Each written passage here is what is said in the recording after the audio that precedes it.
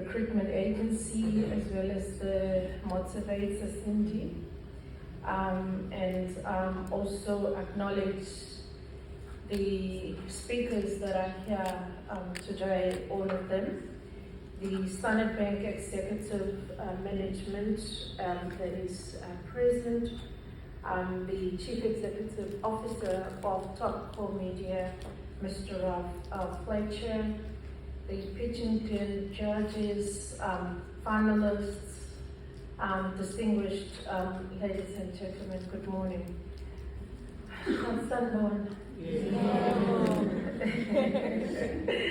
It is indeed my privilege to address this wonderful gathering of Standard Bank, our top women Empower Her conference, acknowledging the significance of this engagement and this platform for us to inspire women entrepreneurs by this conference, but also to break the barriers of entry into the economy and disrupt the traditional structures of the economy to run successful and growing businesses.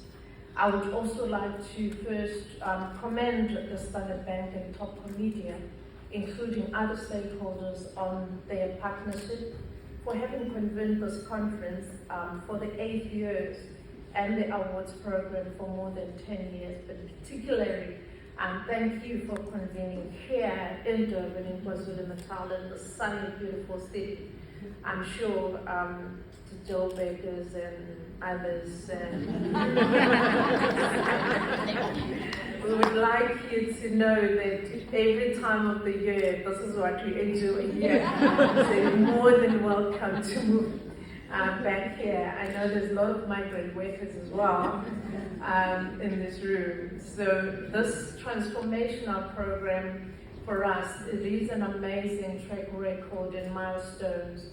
And with the changing face of businesses in South Africa and globally, the boundaries of the trade and business are no longer bound by geography.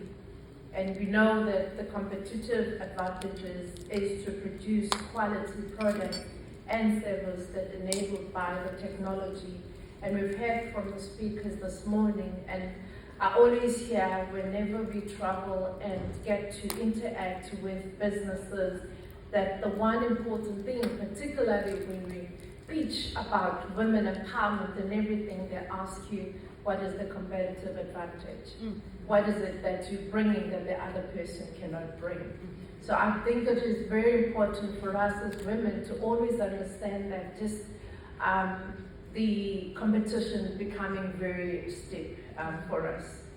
At the heartwarming of women empowerment is to provide access to markets at a strategic level. Therefore, as government, we have support mechanisms to assist the entrepreneurs with the intellectual property rights that covers patents and trademarks of products at the National Departments of Trade and Industry and Competition. The intellectual capital market is the areas which can be surely ensured that women entrepreneurs take advantage of sectors that reward creative and disruptive product both locally and globally. And Program Director, it is always my argument that women entrepreneurs should not just simply compete in the markets, however, they should also learn from each other and collaborate if need arises, especially when exploring international markets outside of South Africa. We've heard even from the speakers here how collaboration, how networking assists in their businesses. So the vital thing here is to have a scale and the capacity to deliver effectively, because that is one of other hindrances that we've experienced from our women businesses, is the capacity and the energy to be able to deliver to the capabilities, but also the quantities that are needed by the particular industry. I remember even during the COVID,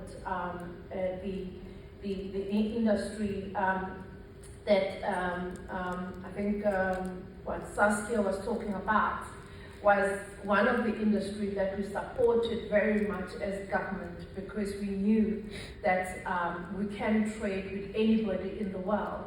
And it is still an industry that we believe we have not explored to its full capacity, particularly given our time zones, given our climate and everything that we've got to offer. By the way, we always get told again that South Africans have got a very good, command of language.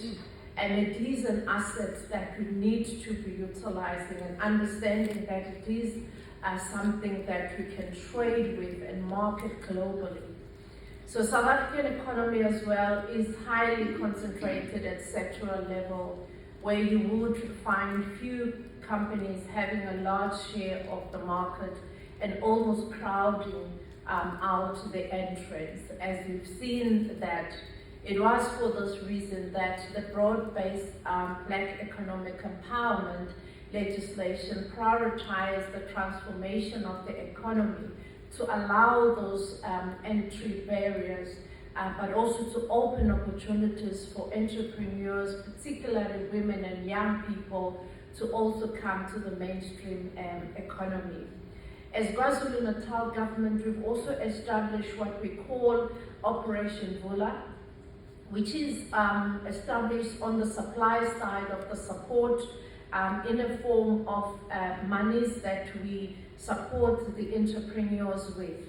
These supply side financial and non-financial support interventions are led by government, because we have witnessed the market failure where commercial banks and financial institutions are looking at entrepreneurs as risk and adverse to support the fund start-up companies. During the inaugural window of our Operation Vula, we had about more than 2,000 applicants worth more than 300 million that were approved for funding in various priority sectors of the economy. We've also spoken at great length about how, as government, we also ensure that companies that trade with government have that participation of women, so that again the supply chain can be something that is open to entrepreneurs, women and youth in particular. It is unfortunate that our economy is still not inclusive in respect of the race and gender. As well, we still have our economy really exclusive of male and dominated at those levels. And it's something that I always feel that we also need to make sure that as women, we continue to act as women. We don't aspire to be men. Yes. Because as women, we are unique.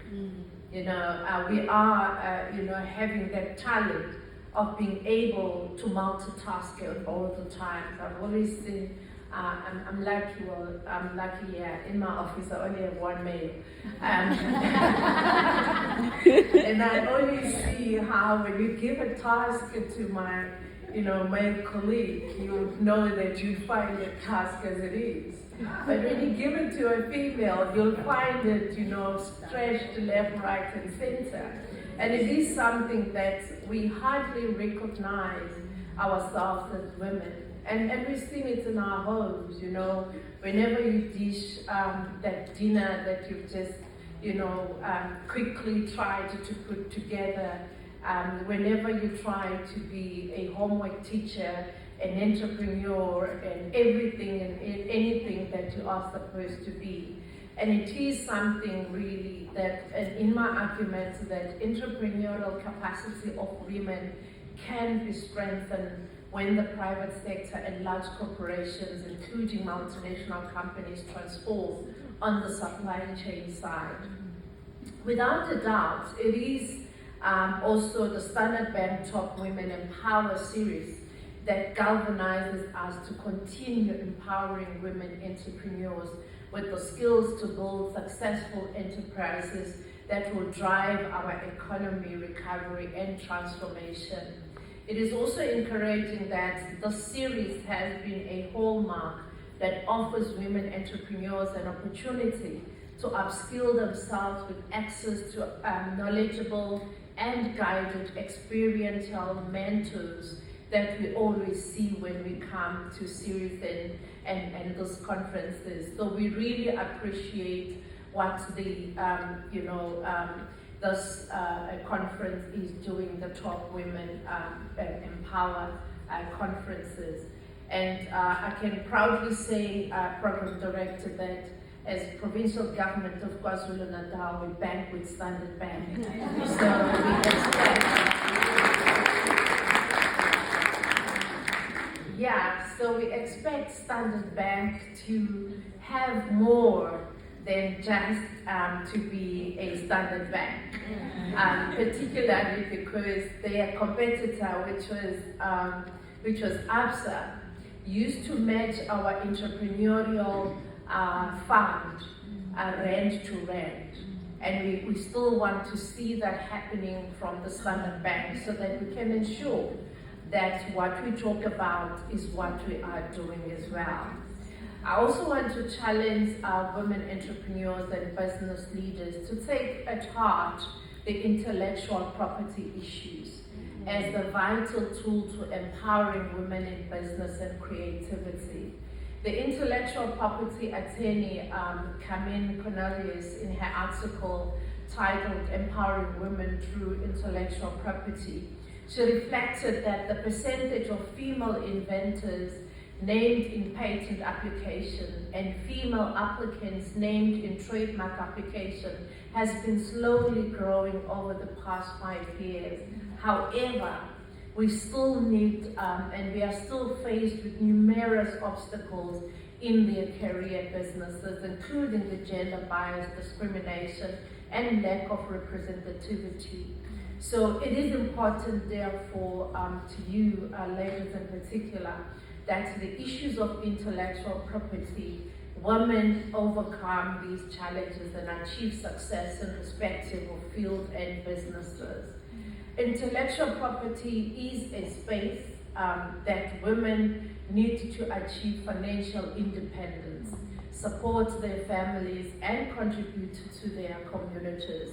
I believe that when we provide the rights and support to the intellectual property, we would see many women turning their ideas into valuable assets that could generate revenue and increase their economic security. So it is something really that is very important. There's a lot of inventions that we've seen coming innovation from women, but they're not patented, and it is something that is important.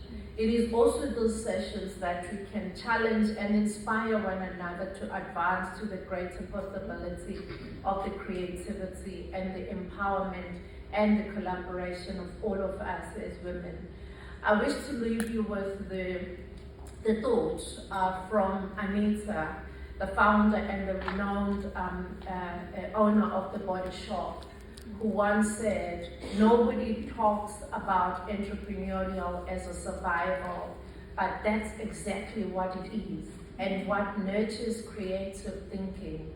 Running that first shop taught me that it is not a financial science. It is about trading, it is about buying and selling.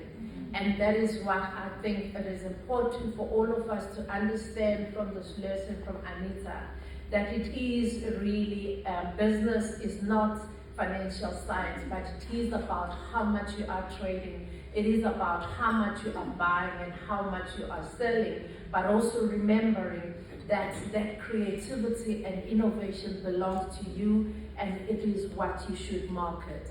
I wish all of you as women entrepreneurs a fabulous journey through the Standard Bank Top Women Empower Hair Conference and the award.